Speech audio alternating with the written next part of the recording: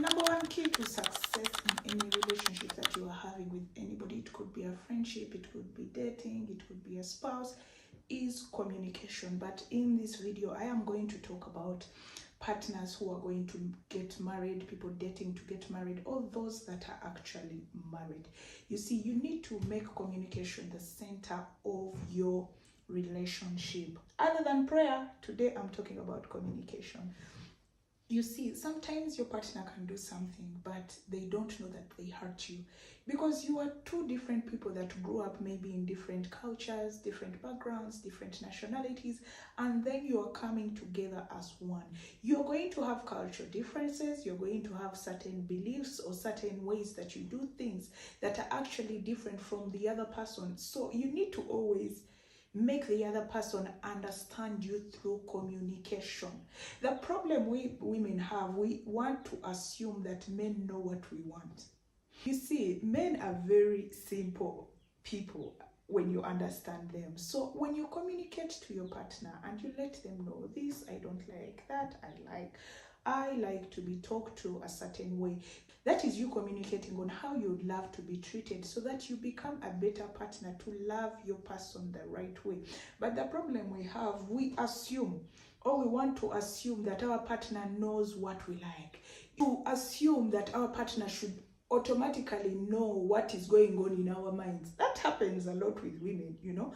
You want the man to know what has made you angry. But you're angry, he's asking you, why are you angry? You're not talking.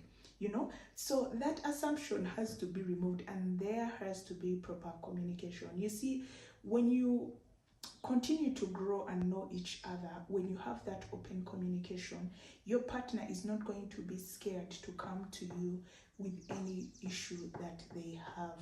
And you're going to find in most cases, when you're open and talk about something, you are both going to find a solution to it without even involving third parties, without spending time and money going for counseling.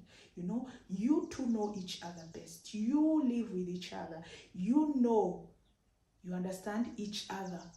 So it is you people who are even in the best position to fix yourselves. But most people don't understand it. But this only comes when people start pointing fingers in a relationship.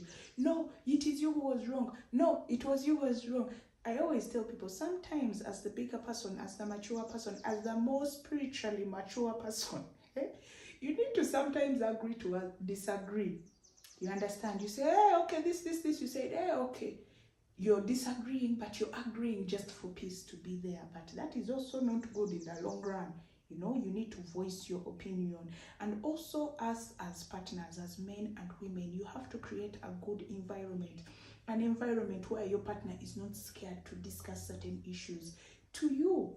One day I was counseling somebody and this person told me everything about themselves. They told me, do you know, let me confess this to you. I am hypersexual. I love sex. But for that person to open up to me and tell me all this information, I created a safe space. I created an environment where that person was free to tell me that information. So I listened, and after I told the person, this is information you should be telling your wife. Because for me, it is not going to benefit me, you telling me that, because I'm not going to do anything about it.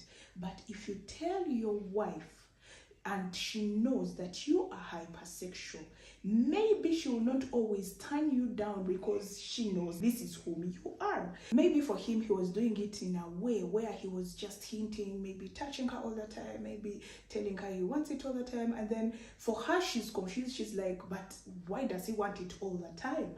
But I understood that if you sit this person down and you tell them, you know what, this is what I like, I am hypersexual, and since you are my wife, I'm attracted to you, I need to be having sex with only you. You get?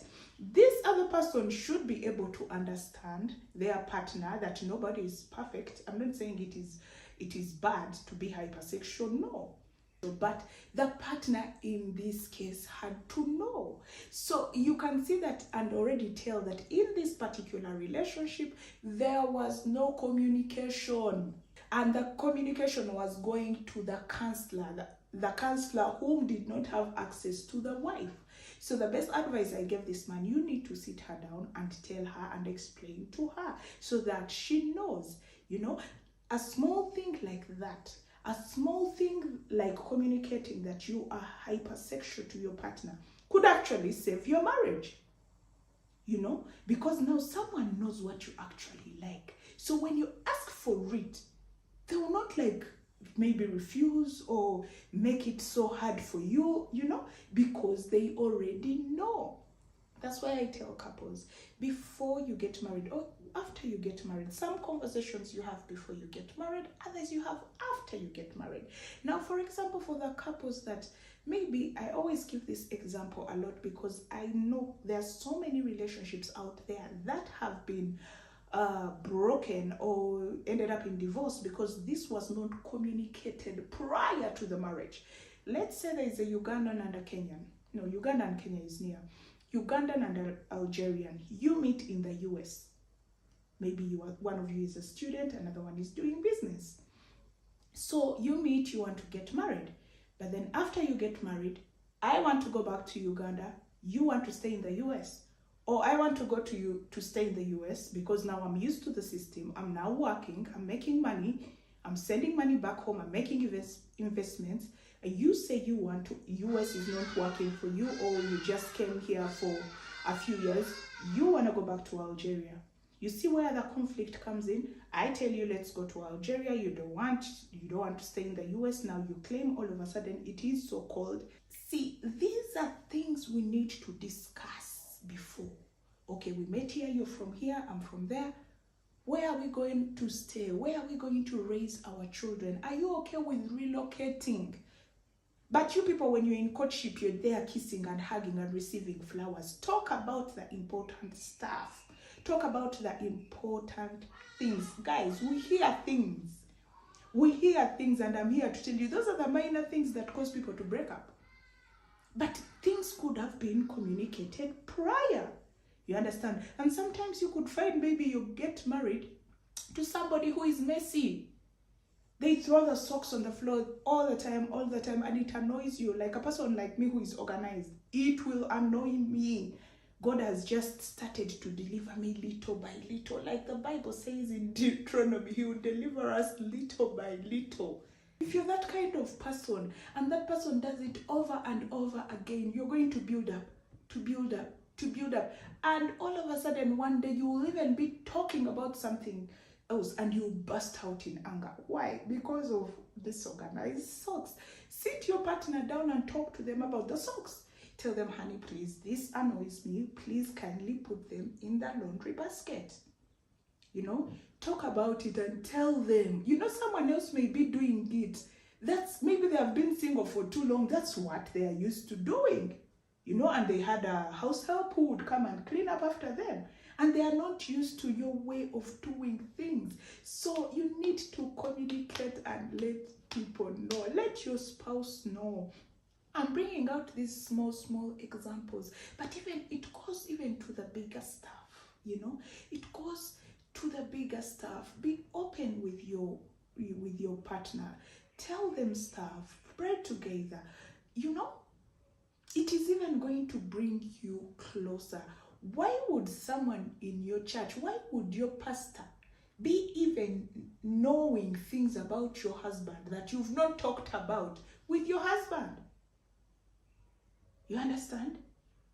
Or your wife, your spouse should be your number one go-to because you made vows and became one. So literally, you are the same person. Why would you go and talk to another person before talking to your partner? You know, have open communication. It is going to save you from a lot of trouble. For example, let's say in a household where the husband is a breadwinner and he's the one providing the finances, the woman is the one taking care of the home. I'm just giving an example.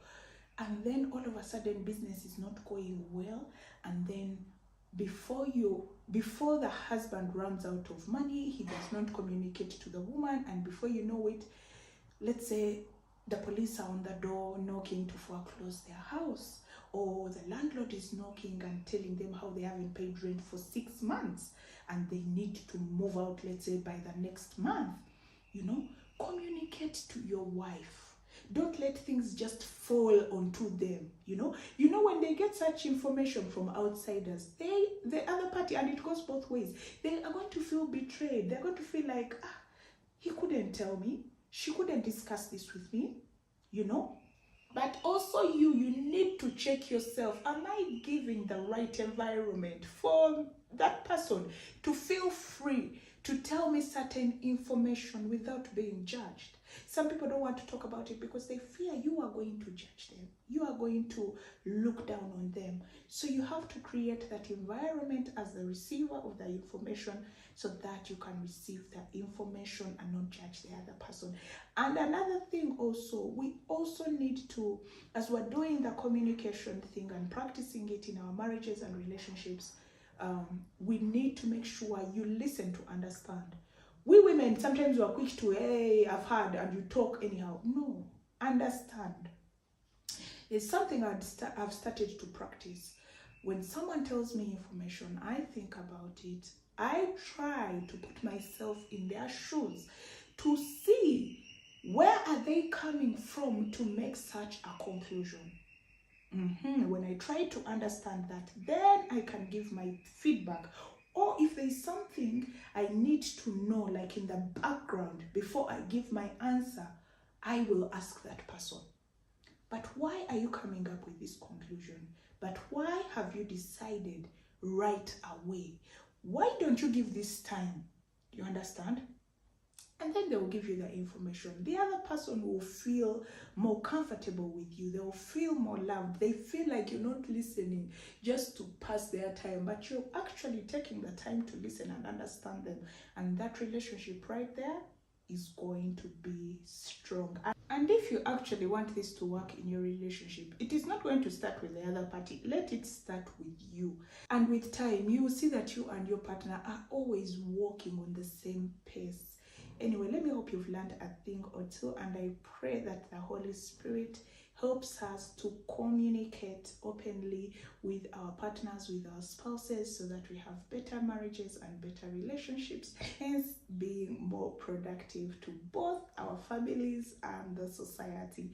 Anyway, that's all I had to share with you today. Let me hope you've learned a thing or two. Let me know in the comment section. What do you think? Don't forget to like and also share this video with a loved one. Someone it could benefit. It could be your sister, your brother, your spouse. Share it with them. And also, if you have not yet subscribed to this channel, don't forget to subscribe and also hit the notification button so that you are notified each and every time I post a new video. I remain Wendy from Uganda. Until next time, God bless you.